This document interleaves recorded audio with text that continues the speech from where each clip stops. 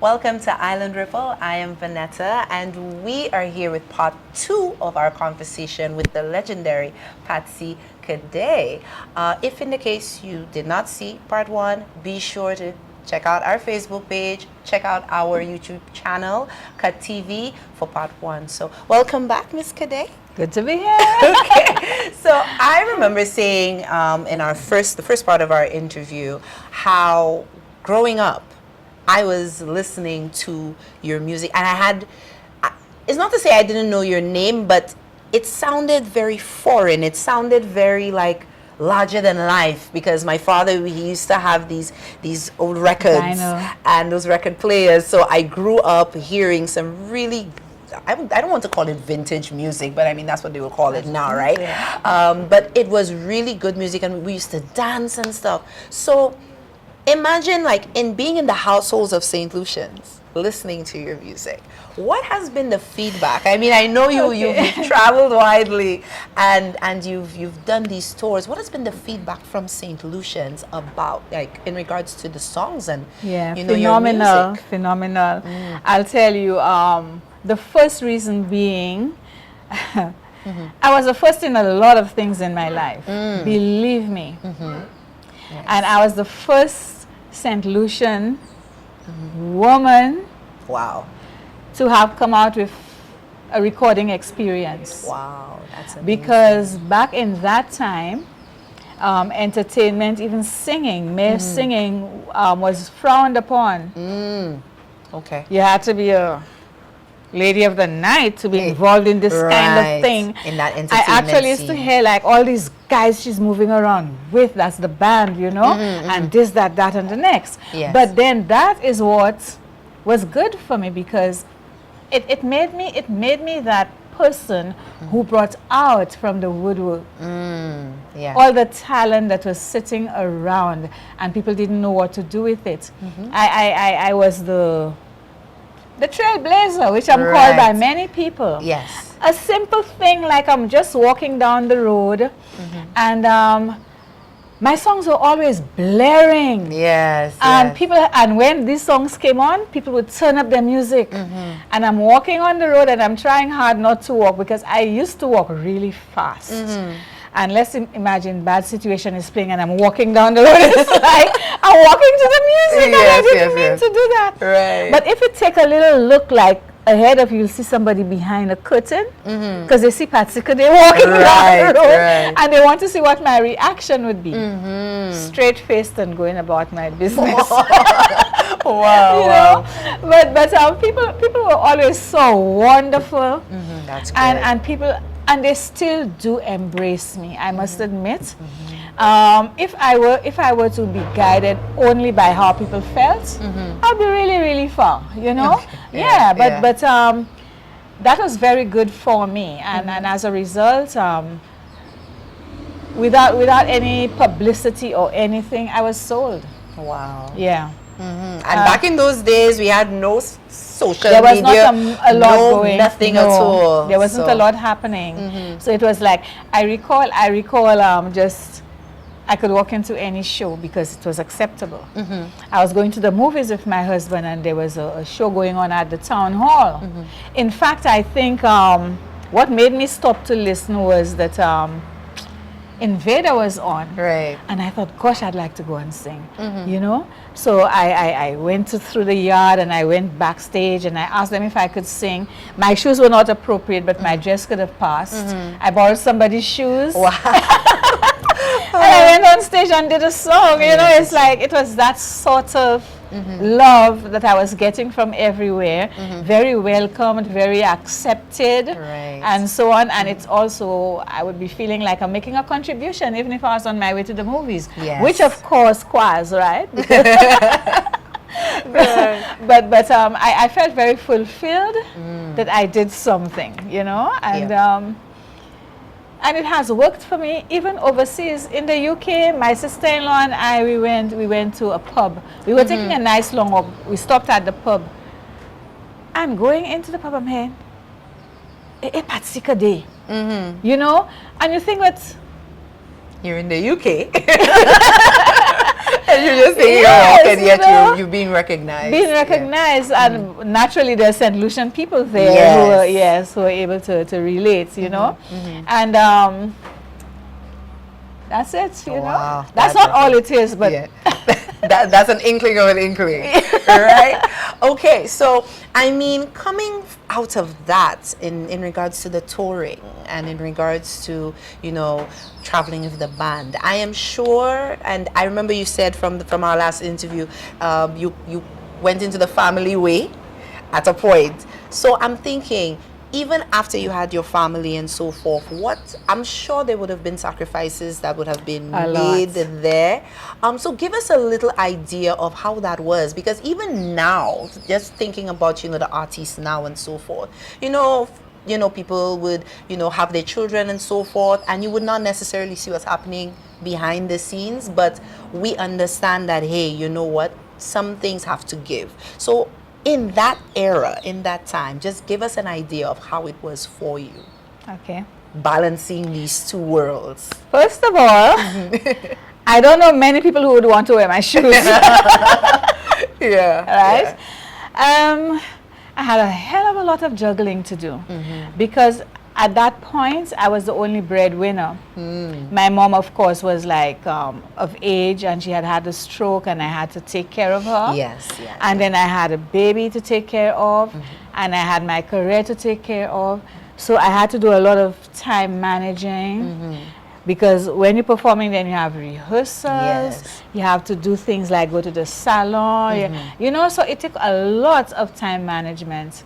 And courage, strength, perseverance, all the good things that one could muster to make that happen. And it worked. There were times when I wouldn't be able to get somebody to take care of my son at the point where I had only one. And my poor mom, in her condition, I'd have to leave him with her all the time. Everybody's hearing all these songs. And some people would think, oh, in the CDC she lives. There was a reason why I went to the CDC, because it was my mom's apartment, and I had cause to want to go and stay there for a while. And in those days, I had to leave him behind with my mother to go and earn that dollar. But I was so blessed because I have had very good friends and neighbors who came over. I'm not sure, there's somebody's name I would like to call, but I'm not sure if she would want me to. But she would come and help my mother bathe my son and do stuff, and we are friends up to today. That's great. Yes. And so it took, I did not have a lot of the support system that I should have, being an only child, and my mom was not a St. Lucian per se. It makes a difference in a lot of ways. So we were always just the two of us kind of thing. And so nothing was spreading. So it's like, and hey, the money was not big enough for me to employ somebody to do this and do that. So back in those days, I see somebody just pass down the road and they sing 2 notes and they get $1,000. I do not know when I started doing that kind of thing. But it kept me, it saw me through, it made me happy. I was able to, I used to take my son on trips with me sometimes, I've taken him to French Guiana. I performed in French Guiana for a while. I took him to Barbados, and you know, I couldn't take him everywhere and every time, but I know a lot of times I took him with me. He was too young to know of exposure, but just the fact that he was with me was good. So it was a lot of hard work. But you know, I don't have an ounce of regrets. I think I enjoyed everything that my life had to offer me. Even my mother's condition, I think it is something that happened, and I had to deal with it, and I dealt with it. Even that cost me a lot of my system, but I dealt with it, and I came through. And that's amazing, as we can see, and you came through beautifully too. Eventually, I had to put my mom in the Marion home and so on, because I couldn't do it all. And the family was expanding and so on. But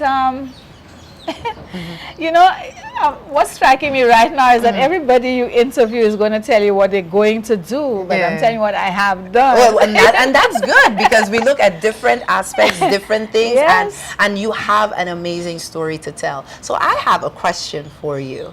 Hopefully it will make you think too much.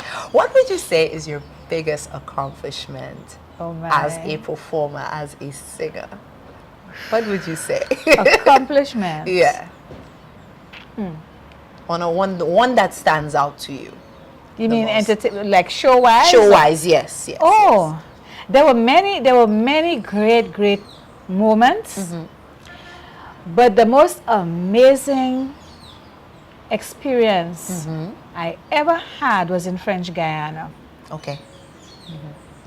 I could get teary-eyed talking about that, because there I am on stage in a strange place, Cayenne, and that place is so full of people. And coming out of the taxi, the driver said to me, "Look up," and I looked up. Yeah.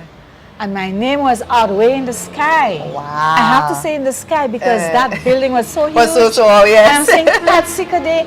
And I believe, I think, I don't want to say the wrong thing, that Cayenne is quite flat. So anywhere you were in French Guiana, you will have to literally look up. You'll have to see it. Yeah, and I think like everybody was there. Right. Everybody was there. So at some point, I'm singing. Another part that I like to talk about is getting a band together. Right. Was quite an event. So I traveled first. Again, I had my son with me at that point. I traveled, and then who is going to back her? I mean, you think of that before, but you want to think that you go to French Guiana, there's a group. There's a group, yes. So I had to call for Emerson Nurse, and I had to call for Luther Francois. Right. Okay, so we have that keyboard and bass. What else? So we got two Frenchmen, Parisians. Right. This guy would play drums by music, you know. He's playing and we're reciting. And then we got this guitarist. And the two white guys and my two St. Lucian brothers. And we're looking for a name. Yeah. And we came up with a name. Les Black and White. Oh wow, Les Black and White. Very literal. Very literal. But that must have been a hit. It was a hit. That must have been a hit. Yes. Yeah. and these guys were like happy to do this, you know. Yeah. But the show is going on, and I'm supposed to be on for like 20 minutes, you know, because there's other things to happen and so on. And I'm hearing in a chorus, in the whole audience, "Be stay, be stay," and it's like it wouldn't stop. Right. So I'm saying, but what is it I'm not doing right? So I'm putting more effort into it, you know, more be stay, you know. Yeah. So I think in essence they were just wanting more, and they, you know, spurring me on and so on. And then I looked down, because I'm singing, I'm up in the air and doing my stuff. And suddenly I'm seeing that the whole stage is covered with flowers.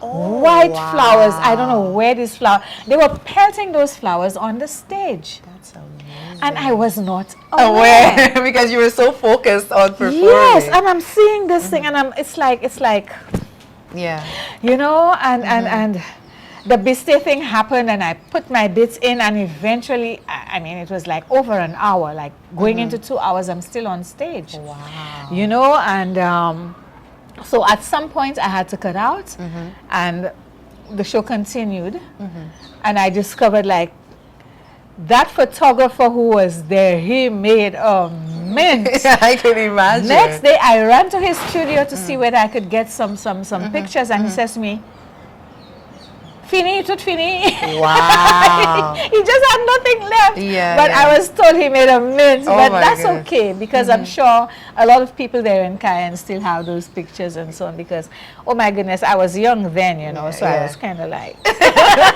Right, right. Well, that's how I cannot imagine. But you're an excellent storyteller, I must say, because I just had that picture in my mind, all these flowers on Yes, this sea, oh my. and that is something that a lot of us, especially in Saint Lucia and certain parts of the Caribbean, does not know that you experience. Oh, yes. So I am so happy that we were able to get this from you, to say, hey, Saint Lucia, Patsy Cadet, not only has she been all over, but she was so loved and still loved. Still loved, and I'll tell you. appreciated. Yes. Up to a day like because today. there are people from Cayenne, when they come here to St. Lucia, they look for me. I was in Guadeloupe. I mean, Guadeloupe was like a similar thing, Right. you know?